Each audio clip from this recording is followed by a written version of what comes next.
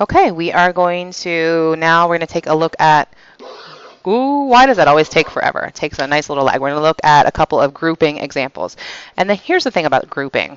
Once you actually group things, then it is actually just GCF. So if you look, I have 1, 2, 3, 4 items. 1, 2, 3, 4. There we go.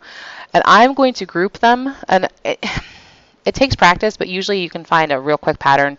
You look at these first two. This is a cubed and a squared, so those are larger exponents. And then the last two, I just have a 3a and a 3a and a 12. I picked up the eraser. Sorry, 3a and a 12. So I'm going to end up grouping those together. So what I'm going to ask myself is, if I group these together, what is going to be the GCF of that first pair?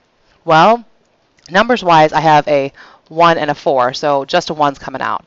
But letters-wise, I have an a squared and an a cubed, so I can actually factor out an a squared. So I'm going to do that, a squared, and then in my parentheses, I will have an a minus a 4.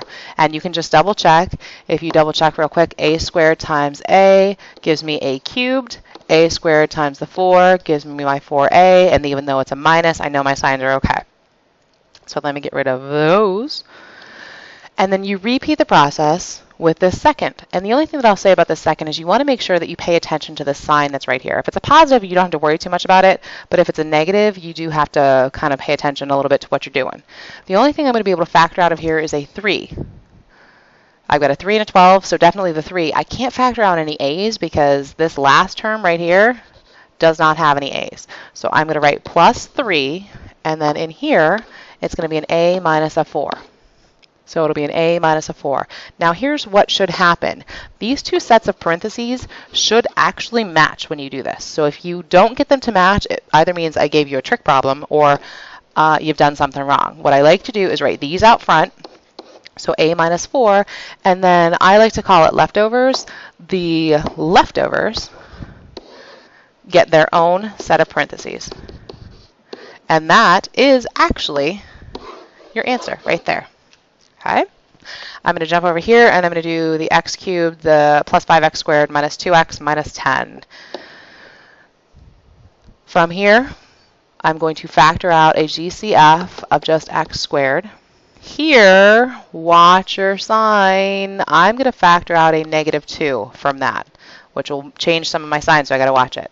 Okay, first things first. If I take the x squared out of the first pair, that means I will have an x plus 5 in parentheses.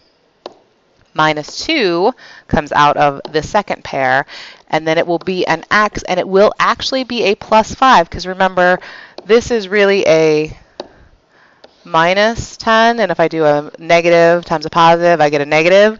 So that's what I'm looking at, and so that'll be a, not a 10, a 5, right? 2 times 5 is 10.